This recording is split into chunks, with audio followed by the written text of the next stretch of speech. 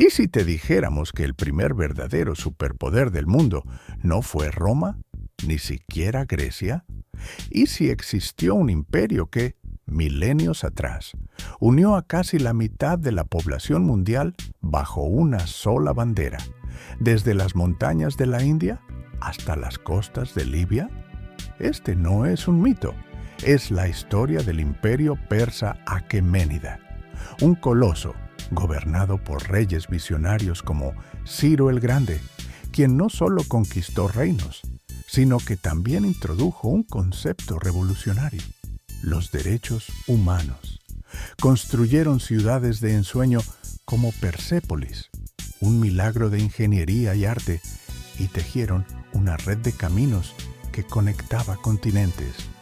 Gobernaron a 50 millones de almas con una política de tolerancia sin precedentes, permitiendo a los pueblos conquistados mantener sus dioses y costumbres.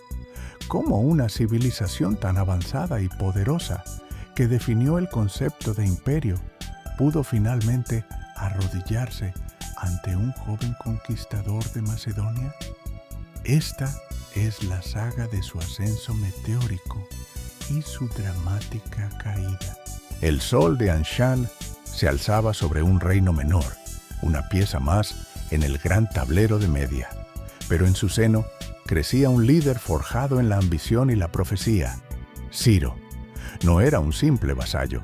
En sus venas corría la sangre de Aquemenes y un destino que susurraba la palabra imperio. Su abuelo, Astiages, rey de los Medos, atormentado por un sueño profético de una vid que brotaba de su hija para cubrir toda Asia, había intentado evitar ese destino, pero el futuro no puede ser encadenado. Ciro, con una astucia política y militar sin precedentes, unió a las tribus persas bajo un solo estandarte. La confrontación era inevitable.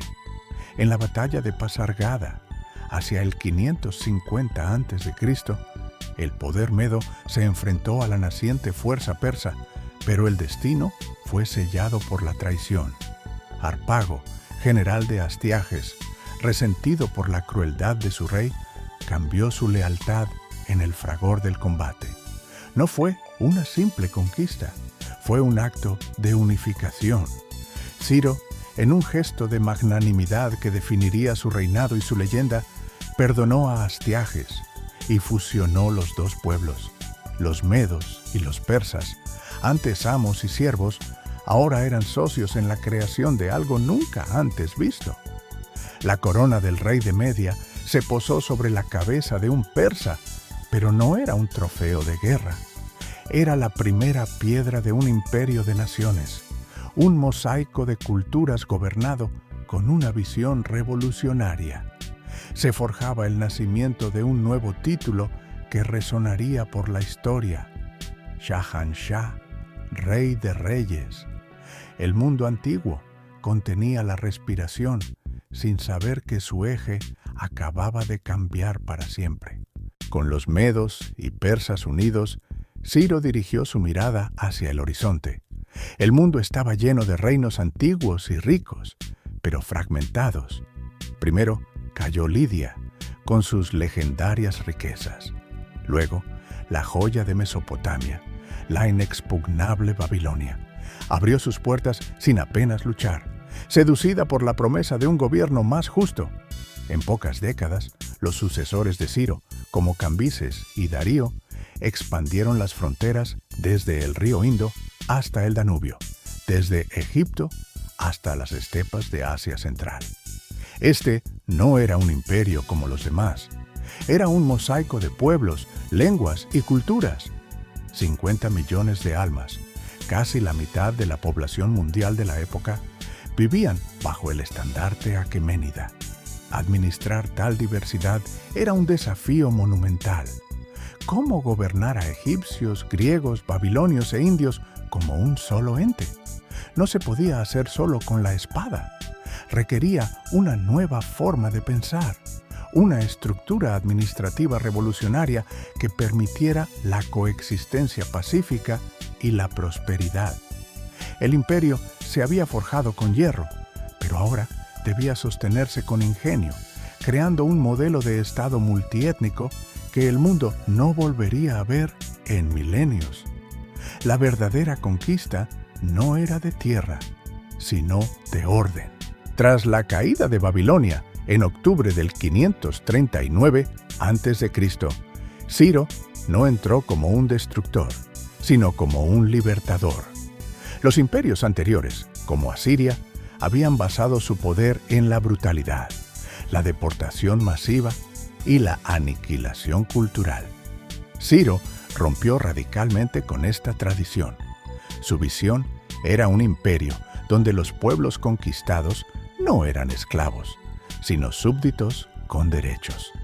La prueba tangible de esta política revolucionaria es un pequeño objeto de arcilla descubierto en 1879, el cilindro de Ciro. En sus inscripciones cuneiformes, el rey no se jacta de sus conquistas sangrientas, sino que decreta una de las primeras declaraciones de derechos humanos de la historia.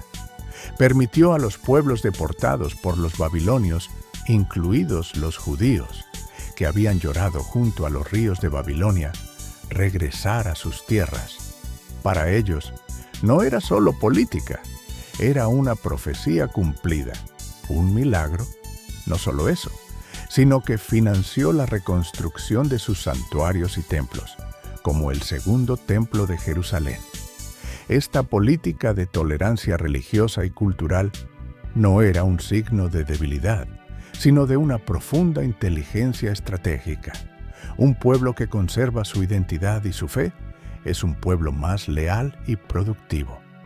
Ciro entendió que el resentimiento es la semilla de la rebelión, mientras que la gratitud es el cimiento más sólido.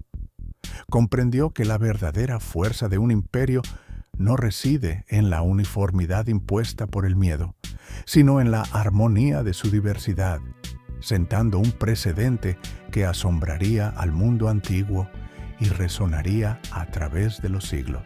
Si el cilindro de Ciro era el alma del imperio, Persépolis era su corazón ceremonial. Fundada por Darío el Grande alrededor del 515 a.C., esta magnífica ciudad no fue concebida como una capital administrativa, sino como un escenario monumental para el poder y la unidad del mundo aqueménida. Erigida sobre una inmensa terraza artificial, sus palacios y salas de audiencias se alzaban hacia el cielo, un testamento de ingeniería y arte cuya construcción se extendería por más de un siglo.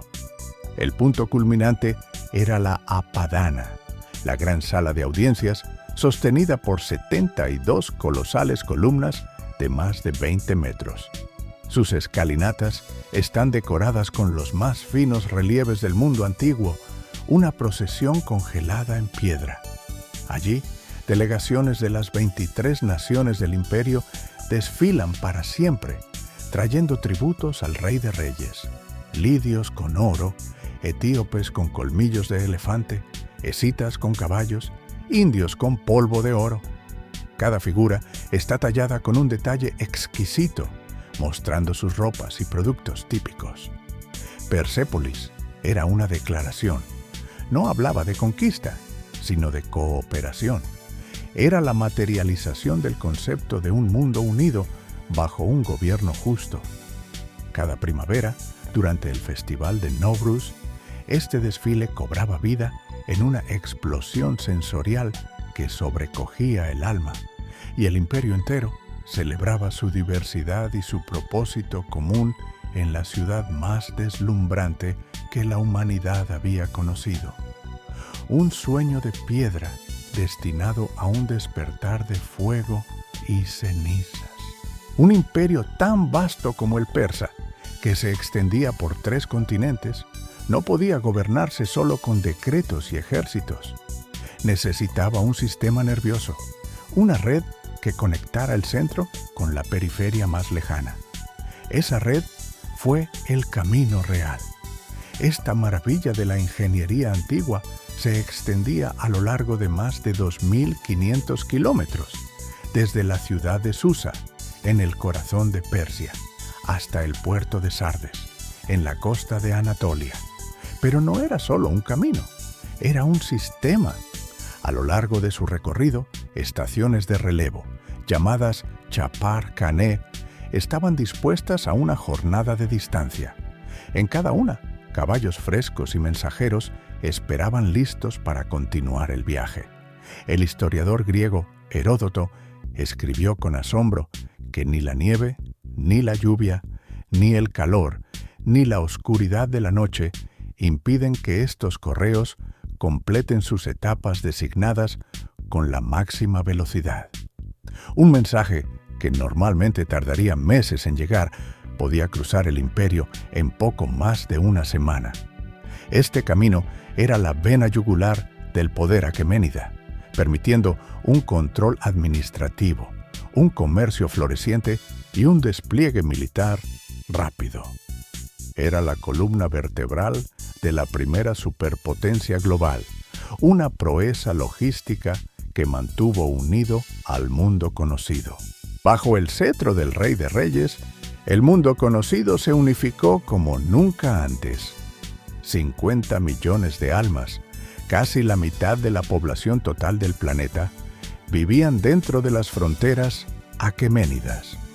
Desde los filósofos jonios en las costas del Egeo hasta los místicos del Valle del Indo, desde los nómadas escitas de las estepas hasta los constructores de templos en Egipto, una asombrosa diversidad de pueblos, lenguas y credos coexistía. ¿Cómo se gobernaba tal coloso? La respuesta residía en un sistema de una genialidad sin precedentes. El imperio se dividía en satrapías, provincias administradas por gobernadores leales que recaudaban impuestos y mantenían el orden. La comunicación fluía a través del Camino Real, una arteria de más de 2.500 kilómetros, donde los mensajeros del servicio postal Chapar Khaneh podían cruzar el imperio en poco más de una semana. Esta red no solo transportaba decretos y tributos, sino también ideas, bienes y culturas, tejiendo un tapiz humano de una complejidad nunca antes vista. El imperio no era solo una conquista militar, era un proyecto administrativo global, un organismo vivo que respiraba a través de sus caminos y se alimentaba de la lealtad de sus innumerables súbditos. Pero mantener unido un mosaico tan vasto requería un equilibrio delicado, una fuerza que podía convertirse en debilidad. Mientras Persia consolidaba su dominio sobre continentes, al otro lado del mar Egeo, un mundo diferente bullía con una energía inquieta. No era un imperio, sino una colección de ciudades-estado fieramente independientes. Grecia, para el gran rey, eran apenas un punto en el mapa, una frontera lejana. Pero en el año 499 a.C., esa frontera se encendió.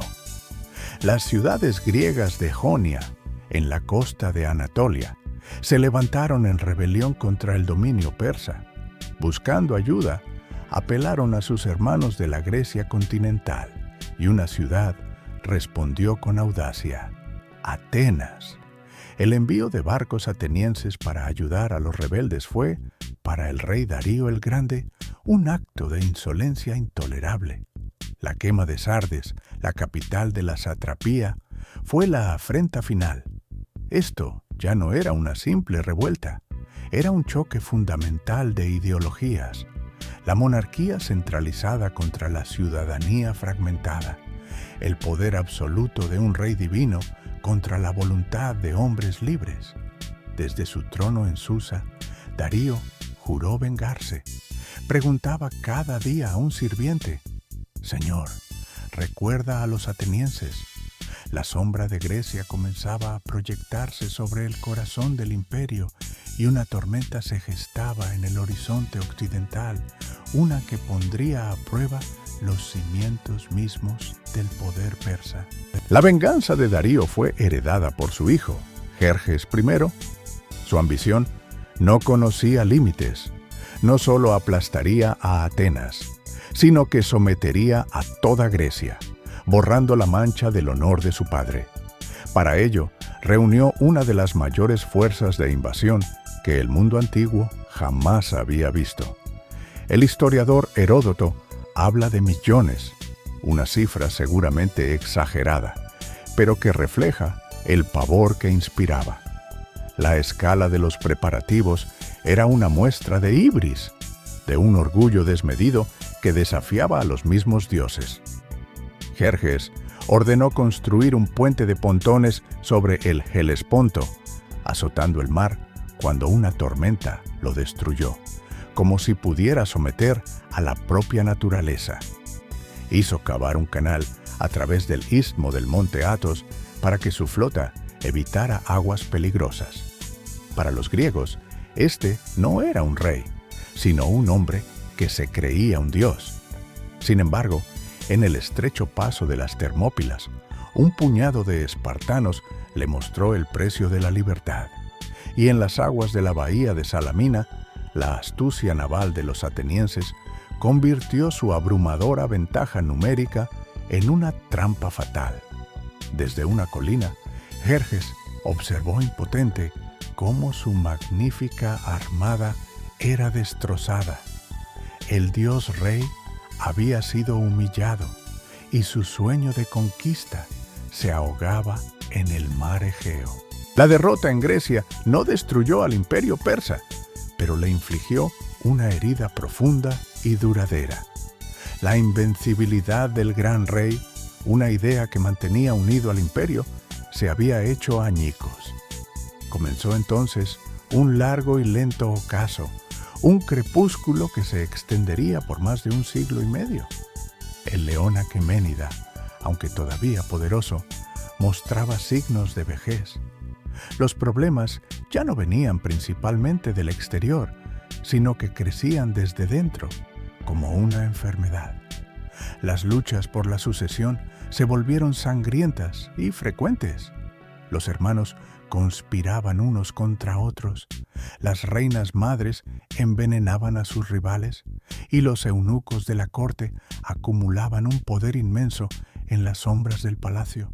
Los sátrapas, antes leales administradores, se sentían cada vez más tentados a la rebelión, gobernando sus provincias como reinos personales. La inmensa riqueza que una vez construyó las maravillas de Persépolis ahora financiaba guerras civiles y sobornos. La famosa expedición de los 10.000 mercenarios griegos que marcharon impunemente por el corazón del imperio tras la fallida revuelta de Ciro el Joven expuso al mundo la fragilidad de su interior. El coloso tenía una coraza de oro, pero sus entrañas estaban debilitadas por la intriga y la división. Mientras el león persa envejecía, una nueva fuerza surgía en la periferia del mundo griego, en el rudo reino de Macedonia. Primero, el rey Filipo II forjó un ejército profesional y disciplinado. Luego, su hijo, Alejandro, heredó no solo ese ejército, sino también un genio táctico y una ambición que empequeñecía incluso a la de Jerjes. Para el rey persa Darío III, esta amenaza del norte parecía, al principio, una más de las habituales incursiones fronterizas. Pero estaba profundamente equivocado. El ejército de Alejandro no era una horda, sino un instrumento quirúrgico de conquista. La falange macedonia, con sus largas picas arisas, era un muro de acero impenetrable, y su caballería de compañeros, liderada por el propio Alejandro, era el martillo que lo rompía todo. En el río Gránico, en Isos y finalmente en la llanura de Gaugamela, la historia se escribió en cuestión de horas. Las vastas pero heterogéneas fuerzas persas se desintegraron ante la velocidad y la ferocidad del ataque macedonio. Darío III, el último rey de reyes, huyó del campo de batalla, su imperio desmoronándose a su espalda. La llama de Macedonia había llegado para consumir el mundo antiguo, y su acto final fue el incendio de Persépolis, una pira funeraria para la primera superpotencia del mundo.